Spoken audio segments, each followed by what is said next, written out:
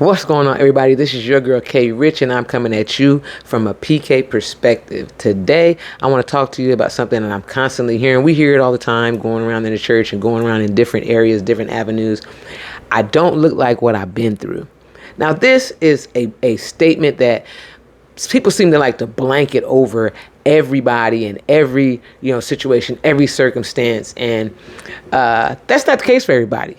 And the fact that you may still have some twang, as I call it, some twang on you from what you've been through is not necessarily a bad thing. And I'm going to kind of explain my stance on that and why, and, give my perspective. So to say that you don't look like what you've been through is a wonderful testimony. And some people don't. That's great. You've been through some things and you come out and people said, I don't even smell like smoke, or I came out like the three Hebrew boys, not a singe on me, and da-da-da-da. Got you. That's wonderful. But there are some people, some situations, some circumstances that leave scars, and you look like what you've been through. If you told me, man, I was this gang leader and I was shot 10 times and, I had all this traumatic stuff happen, but you looked super clean cut. You have no bullet wounds. You have no accidents. You turned from this gang leader into, this square character type guy. People are going to be like, okay, blessed be the name of the Lord, but I can't see it, right? I can't see the process. And that can be a wonderful testimony for some people. But let me tell you my experience. When I was being pulled on by God, pulled on, and I finally said, yes, Lord, and I surrendered. I went on a mission and I said, God, I'm going to go. And I went online because of where I was. I'm going to go online. I am going to search and I am going to scour the internet. And if I don't find nobody that's come out of this same thing and is still saved and still going on, I ain't going to make it. I'm not going to make it. And y'all, I spent days just on whatever app I could find, Instagram, YouTube, Facebook, whatever, just looking, scrolling, typing up searches, Google searching, looking for people. I find people and then it was like, they see my right, but then they fell off. Where I find people and I'd be like, the same thing. Like, you saying you did all of this, but you don't, I can't tell that you was in that thing. I can't tell that you were trapped and a slave to something that you couldn't. I could see the process. I needed to see somebody. And I said this to God, I need to see somebody that I could maybe see myself being from I've never been, this powder puff, squeaky clean person. So when that's all I'm seeing, for me, it's like, well, I was never that before what I got myself. I was never that before I was in this sin, before I was in this life. I was never that. So you mean I'm going to be a whole totally different person than I was originally, than the created me that you made me to be? Not I'm coming out of something and I'm being washed and I'm the new creation, a new creature, old things being passed away, but you're still who you are, right? You get saved. If your name is John Smith, when you're saved, you're still John Smith. If your name is Keisha Jackson, you still finna be Keisha Jackson after you get saved. So I'm looking and I couldn't find anybody. I found one person. And that person, I said, okay. I can kind of see this now. Let me check out if this individual is legit or not. Go through your stuff. And I even reached out. I sent him an email because I wasn't playing. If I'm going to come all out, if I'm going to give my whole life away, this got to be a realistic thing. This can't be something that I'm finna be up and down and this got to be real. It can't be no play because I'm not playing about my life. I emailed the person and I said, God, if this person don't email me back tomorrow, they not real. All of this is real. I was putting some heavy stipulations on the Most High. I took that come to the throne with boldness a little extra, but he gave me grace. And lo and behold, this person emailed me back. So for y'all that's out there, that's content creators or whoever you might be, minister this, prophet that, whatever, some people are reaching out just to see if you legit. Some people are reaching out in desperation. So email folks back when you can. Respond to people on Instagram, on TikTok, respond, engage. Back to the topic at hand. So when that person emailed me back and I actually began to develop a friendship with them and a counsel with them, it was something I could see, a process I could see, an end I could see, versus, something that was like, that don't even, like if somebody was like, I made this, I'm this pizza maker, but you go and they don't have an oven. They don't got a brick oven. They don't got you can be like, I don't see how you used to make pizza. Like, I don't see, it's just that. And for me in my life now and my witness that I have now and the people that I minister to now, I get that, okay, I can kind of see, myself being in your shoes possibly. I can kind of see this being my life. So for me, kind of looking like what I've been through works for the kingdom. Kind of not being, a Barbie doll, kind of works for where God has placed me and who he's called me to in ministry. And I'm fine with that. And I see a lot of times in the process in kingdom and in the process in ministry and in the process of after deliverance, the thing that you've come out of is usually the area that you're going to minister in once you are fully converted. Once you are truly out of that thing, you're going to minister in that vein. That's like, you are the most relatable source to God, to somebody that's in that same situation. So, of course, God is an intelligent God, and he's going to be advantageous with the vessel that he has as you. And someone is going to be able to see you, the vessel, and say, I can drink out of this cistern. I can see this being a thing. And you have a path of, I know where you've been. I was there. You can get around some of the rebuttals because you were in that thing, and you can minister more effectively and a lot of times with more grace and compassion because that's something that you dealt with yourself. Now, it's not to be played with. Don't be, I'm in and out and I'm trying to minister in some stuff, because you can't be addicted to crack and going in the crack house talking about you ministering.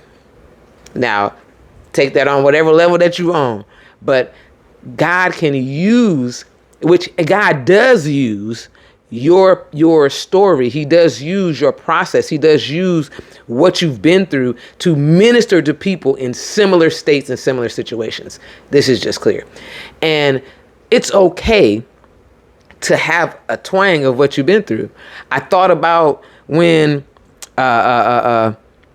Moses goes up and he acts, he's up there with God, and the glory of God is so intense that his face is like white and bright. And when he comes down, it's not, I just came down like regular old Moses, like I ain't just been through and been in something and I look exactly the same. No, they was like, okay, he was up there. Okay, we gonna take that. We'll take whatever it is that you got going. Because the children of Israel, when they were hearing the thunder and stuff, and God was trying to speak to them, they was like, whoa, this too much. We can't take this. Has got us trembling. Is this too much? The booming, the voice shaking the ground. I can't take it. So you going up there, you get the word for us, and whatever you say, when you bring it back down with the glowy face and the white, we're gonna believe you. So a lot of people may not go into every church. They may not, be in a place where they can, experience God like that, because there are real church intimidations. People don't want to be judged. People don't want to, come off a certain type of way, or, people say, if I go into churches, it's going to catch on fire. Like, bro, if I'm in there, you straight, if I got to go in, when I made my way in, you're good. But that, people may not get in there because it's a trembling thing. It's a terrifying thing. And guess what? You, who has come out similar to them, same heritage, same whatever, and you come out with this countenance and they say, man, well, I can get with you. And you tell me some stuff. Can you show me this? Or what does this mean in scripture? Or what is that? And they're coming to you because they can relate to you. They see that you kind of have a twang on you of something that they've dealt with, and they think they see you as relatable, and you are more relatable than somebody who hasn't been through that. Like I tell people, I've never been a thief. I have no desire to steal. I'm not gonna steal. Just not something that is like it's a temptation. I gotta take this. Like, I don't have that, right? Somebody does.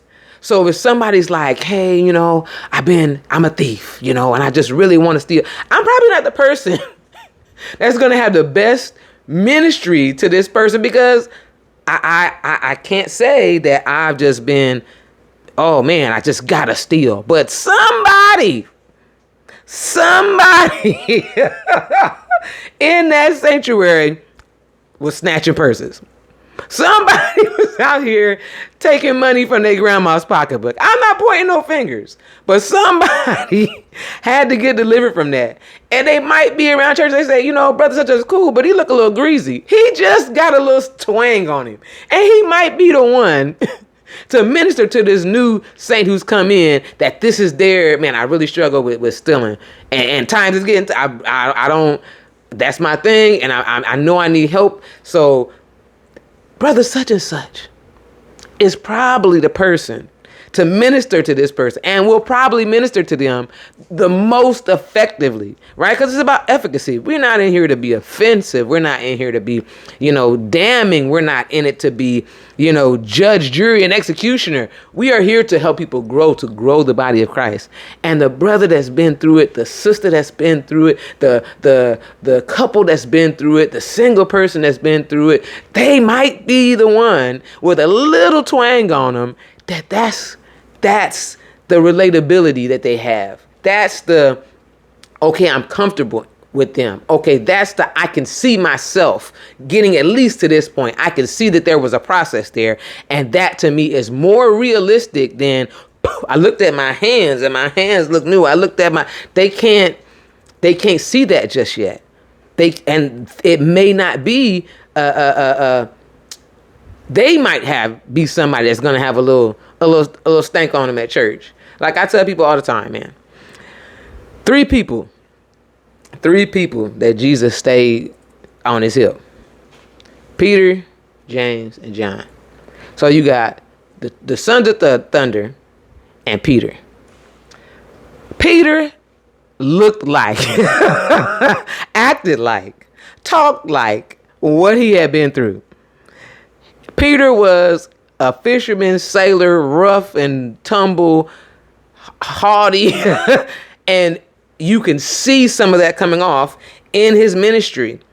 And even to the end, Christ is like, bro, when you are fully converted, you feed my sheep. On this rock, I'll be your name is going to be now the rock. You was Simon, Peter, because you like that. Peter, you like that. Peter was catching revelations. Oh, you are the Son of God. Whatever these people say, you the Son of God. I believe it. This has been revealed to me. Oh, yes, Peter, good word. And then was trying to rebuke guys and had to get sat down and told, Satan, get thee behind me.